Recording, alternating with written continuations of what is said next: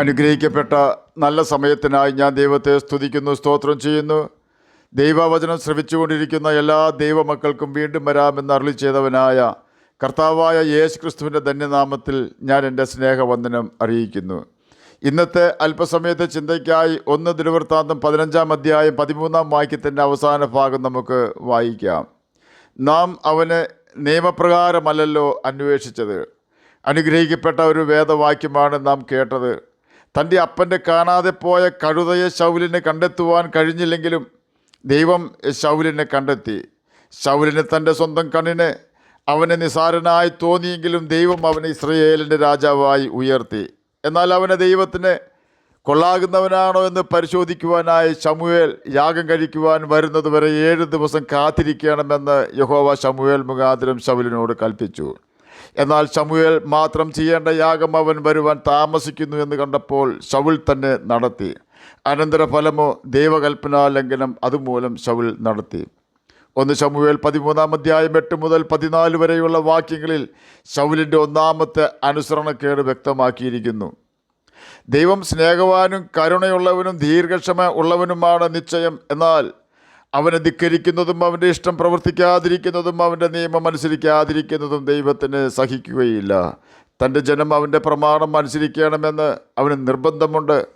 ആദ്യമായിട്ടാണല്ലോ ശൗൽ ദൈവത്തിൻ്റെ കൽപ്പന ലംഘിക്കുന്നത് എന്ന ചിന്തയാൽ വീണ്ടും ഒരു അവസരം ദൈവം അവനെ കൊടുത്തു. ഈ പ്രാവശ്യം ദൈവം ശൗലിനെ പരിശോധിച്ചത് അമാലേക്കിനെ ഉന്മൂലനാശം ചെയ്യണം എന്ന കൽപ്പന ശമൂവേലിൽ കൂടി കൊടുത്തുകൊണ്ടാണ്.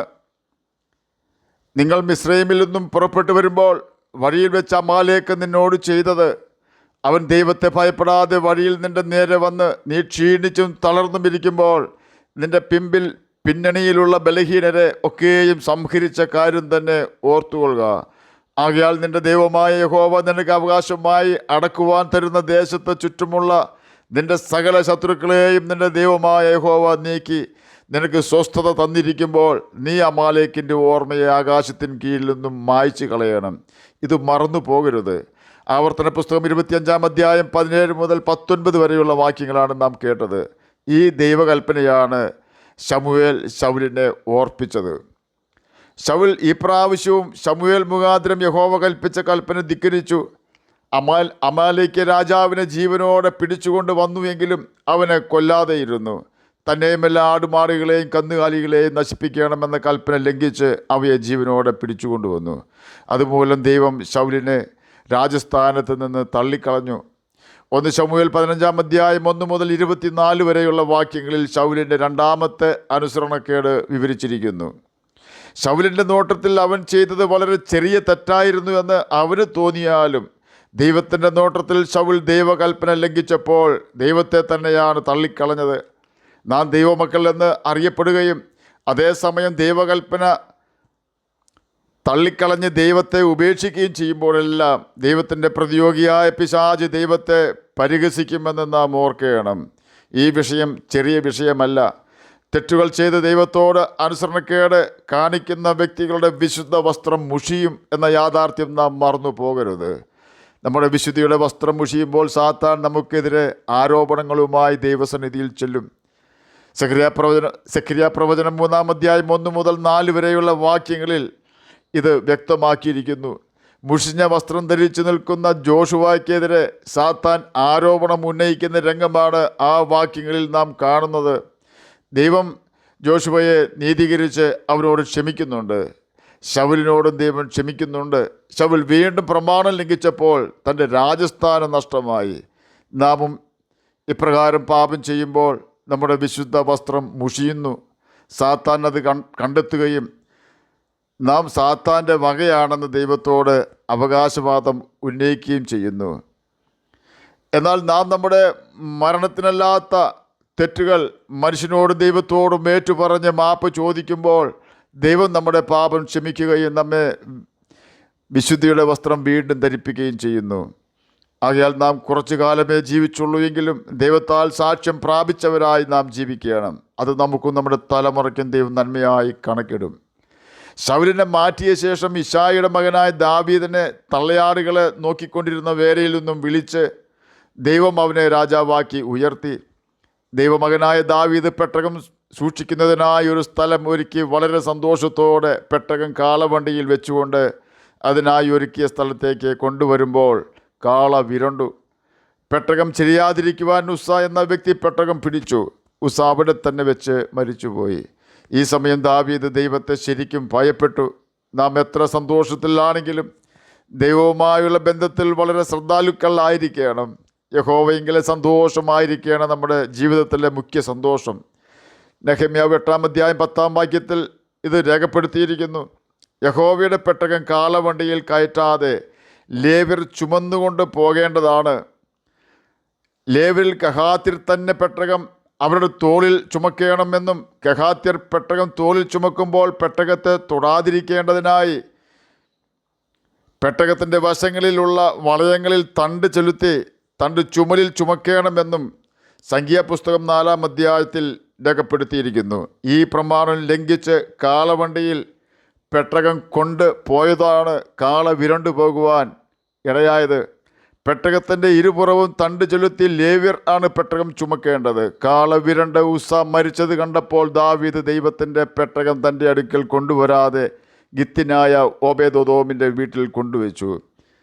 2 ശമൂവേൽ 6-ാം അധ്യായം 10-ാം വാക്യത്തിൽ ഇത് രേഖപ്പെടുത്തിയിരിക്കുന്നു. എന്നാൽ പെട്ടകം നിമിത്തം ദൈവം ഓബേദോമിനെയും അവനുള്ള സകലത്തെയും അനുഗ്രഹിച്ചുവെന്ന് 2 ശമൂവേൽ 6-ാം അധ്യായം 11-ാം വാക്യത്തിൽ രേഖപ്പെടുത്തിയിരിക്കുന്നു. ഈ വാർത്ത കേട്ട ദാവീദ് യഹോവയുടെ പെട്ടകം താൻ അതിനായി ഒരുക്കിയ സ്ഥലത്തേക്ക് കൊണ്ടുപോകുവാൻ തയ്യാറായി. ലേവ്യരെ കൊണ്ട് ചുമപ്പിച്ചുകൊണ്ട് തന്നെയാണ് ദാവീദ് പെട്ടകം കൊണ്ടുപോകുവാൻ തയ്യാറായത്. എന്തുകൊണ്ട് കാള വിരണ്ടു എന്ന യാഥാർത്ഥ്യം ദാവീദ് അന്വേഷിച്ചു.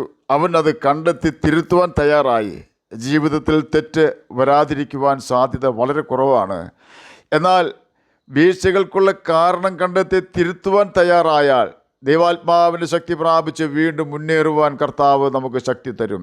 ഉസ്സമരിക്കുവാനുള്ള കാരണം കണ്ടെത്തിയ ദാവീദ് പറയുകയാണ്, നാം യഹോവയെ അന്വേഷിച്ചത് നിയമപ്രകാരമല്ലല്ലോ എന്ന്. നാം ദൈവിക വിഷയങ്ങളിൽ എന്ത് ചെയ്താലും ദൈവം അത് ശ്രദ്ധിക്കുന്നുണ്ട്. ആ യാഥാർത്ഥ്യം നാം മനസ്സിലാക്കണം. ദൈവത്തിന് ബോധിച്ചതുപോലെ തൻ്റെ വ്യവസ്ഥ പോലെ നാം അത് ചെയ്യുന്നുവെങ്കിൽ ദൈവപ്രസാദം നമുക്ക് ലഭിക്കും. നമുക്ക് ബോധിച്ചതുപോലെ നാം ചെയ്താൽ നമുക്ക് തന്നെ അത് പ്രതികൂലമായി തീരുവാൻ സാധ്യതയുണ്ട്. നമുക്ക് ബോധിച്ചതുപോലെ ചെയ്യിക്കുവാൻ സാത്താൻ എല്ലാ കാലത്തും നമ്മെ പ്രോത്സാഹിപ്പിച്ചുകൊണ്ടിരിക്കും. ഇക്കാരണം ദൈവത്തിനെതിരെ ജീവിച്ചാൽ നമ്മുടെ വിലയേറിയ ആത്മാവ് സാത്താന് സ്വന്തമാക്കുവാൻ കഴിയും.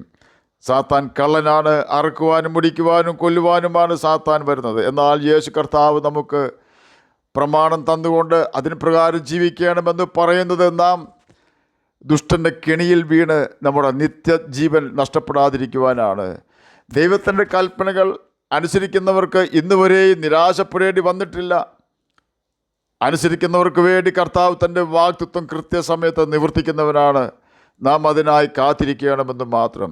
ശൗലിനോട് ശമൂവേൽ മുഖാന്തരം യാഗം കഴിക്കുവാൻ ശമൂവേൽ വരുന്നത് വരെ 7 ദിവസം കാത്തിരിക്കുവാനാണ് ദൈവം കൽപ്പിച്ചത്. ശൗൽ ദൈവം പറഞ്ഞ 7 ദിവസത്തിൻ്റെ അവസാന യാമം വരെയും കാത്തിരിക്കുവാൻ തയ്യാറായില്ല. ശൗലിൻ്റെ അസഹിഷ്ണുത അവന് വിനയായിത്തീർന്നു. ദൈവേഷ്ടം ചെയ്ത് വാഗ്ദത്തം പ്രാപിക്കുവാൻ സഹിഷ്ണുത നമുക്ക് ആവശ്യമാണ് എന്ന് എബ്രായർക്കെഴുതിയ ലേഖനം 10-ാം അധ്യായം 36-ാം വാക്യത്തിൽ രേഖപ്പെടുത്തിയിരിക്കുന്നു. അതുപോലെ തന്നെ നിങ്ങൾ ക്ഷമ കൊണ്ട് നിങ്ങളുടെ പ്രാണനെ നേടുമെന്ന് ലൂക്കോസ് എഴുതിയ സുവിശേഷം 21-ാം അധ്യായം 19-ാം വാക്യത്തിൽ രേഖപ്പെടുത്തിയിരിക്കുന്നു. ശൗലിന് മതിയായ ക്ഷമ ഉണ്ടായിരുന്നുവെങ്കിൽ ബൈബിൾ ചരിത്രം മറ്റൊരു രീതിയിലാകുമായിരുന്നു. ദൈവം നമുക്കൊരു ദർശനം തന്നാൽ അത് നിറവേറുവോളം നാം ക്ഷമയോടെ കാത്തിരിക്കണം. കാരണം ദർശനം തന്നവൻ തന്നെയാണ് അതിനെ അവധി വെച്ചിരിക്കുന്നത്. ദൈവം തന്ന ദർശനം നിവൃത്തിയാകുവാനായി ബന്ധപ്പെട്ടുകൊണ്ടേയിരിക്കുകയാണ്. അത് നിറവേറുക തന്നെ ചെയ്യും. ദൈവത്തിൻ്റെ കൽപ്പനകൾ അനുസരിച്ചുകൊണ്ട് തന്നെ കർത്താവിനായി നാം കാത്തിരിക്കണം. ഏലിയാവ് ദൈവത്തിൻ്റെ കൽപ്പന അനുസരിച്ചുകൊണ്ട് കിരീത്ത് തോട്ടിൻ്റെ അരികിൽ ഒളിച്ചിരിക്കുകയാണ്. ദൈവത്തിൻ്റെ വാഗ്ദാനം അനുസരിച്ച് കൃത്യസമയത്ത് കാക്ക അവനെ ഭക്ഷണം എത്തിച്ചു കൊണ്ടിരുന്നു. നാം പ്രതീക്ഷിക്കുന്നത് പോലെയല്ല ദൈവം പ്രവർത്തിക്കുന്നത്.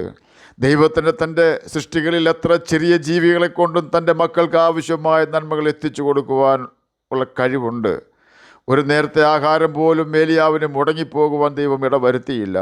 ദൈവത്തിൻ്റെ കൽപ്പന പോലെ ഏലിയാവ് ജീവിച്ചതിനാൽ ഏലിയാവിൻ്റെ വാക്കുകൾ ഒന്നുപോലും നിഷ്ഫലമാകുവാൻ ദൈവം അനുവദിച്ചില്ല.